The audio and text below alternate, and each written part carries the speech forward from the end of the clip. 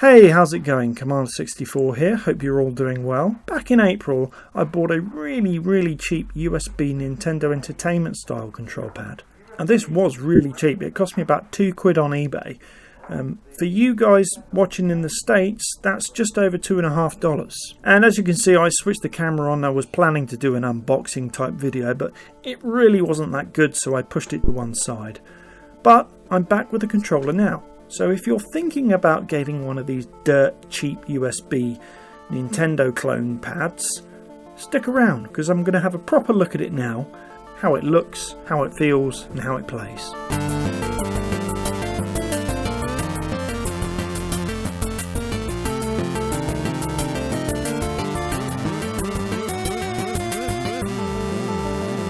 So I'm here with my glamorous assistant, Mini Commander 64. She's back again, pops up from time to time, don't you? Let's take a look at this Nintendo Entertainment style controller. It's very similar, if not identical, to the original pad, if not for a few subtle differences. The plastic is a lot brighter.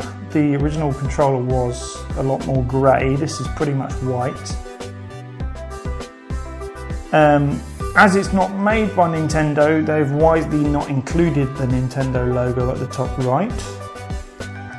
There is an indent on the back where Nintendo would have put the model number of the controller. This is left blank here, there's nothing written. There's no make or model or anything written anywhere. I can't find out who made this. The decals, however, they look to be pretty bang on to me. Even the lettering seems to be the correct font. Everything looks as it should be there. Obviously it's made of hard plastic all over apart from the start and select, which are some sort of rubber, and the decal part is a bit more texturized, a bit more grippy than the glossy white bit. The USB cable is 139 centimeters, which is just under 55 inches, so you've got double that. After being spoiled for so long with these modern, ergonomically designed, rubber-padded, luxurious controllers, I wonder what countries is on. Pretend it is. Oh wait, I put a smile. Yeah. No, somewhat natural. It's very light.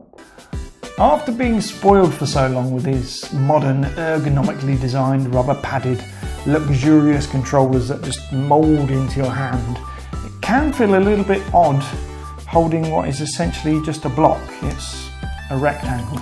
But anyone that's had one before, it will still feel somewhat natural to play. It's very light, and that's a bit strange as well.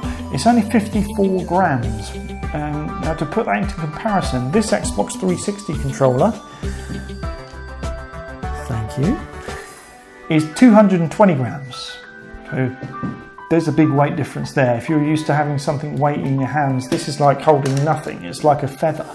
Let's talk about the buttons. The D-pad is hard plastic and feels a little stiff, but so is the old one, so no real points lost there. It does have the little arrows, the indent, to give you a bit more extra grip. Interesting fact about the D-pad, this particular design was patented by Nintendo when they came up with the design for a handheld system. It was a Game & Watch version of Donkey Kong, and they've had that patent till 2017. So if you go through your old controllers, you'll notice that a lot of them have got slight variations on this. The company's made to avoid infringing that patent. For example, if you had a PlayStation 2 controller, I believe that broke that up into 4 separate buttons, but still in the shape of the cross, but not a solid cross. And the Segas and Xbox, they turned it into a circle with a cross inside the circle, so that gets around it basically. Nintendo were the only ones that could do this cross, as far as I know. Anyway, getting back to the buttons. The B and A buttons are not concaved, they're flat, they're level, but it doesn't really pose much of a problem, it doesn't matter. They have a nice spring back, feel good, and I've never really understood why it was B and A and not A and B. You had the Sega's was ABC, Nintendo decided to go backwards. I don't know why that is. Is it because the Japanese read from right to left, or is that because They wanted A to be the main controller, and most people would work from the outside inwards. Maybe I'm overthinking this. Yeah, probably, yeah. Time to test out this Nintendo Entertainment System USB clone controller. So the idea is, if you can't be bothered to get your Nintendo out of the loft or wherever it is stored, you can run the games on your PC and have this controller and make it feel like you're still playing on a Nintendo. And Mario is pretty much doing what he's supposed to be doing. Running faster, yep, no problem. Oh, where'd my mushroom go? Okay, no problem, this is working perfectly. Buttons feel a bit stiff, but pretty sure that they are a bit stiff anyway on the original. Oh, and I still suck. So no problem there. Didn't get to test the up and down buttons, so let's put another game on and just make sure those up and down buttons work. Okay, we're back. This will make sure that our up, down, left, right, that our up and down buttons are working. Don't really care who I'm playing. Yeah, no problem.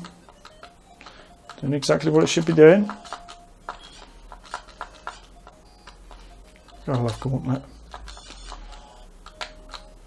So all in all, it's fit for purpose. It does what it's supposed to do.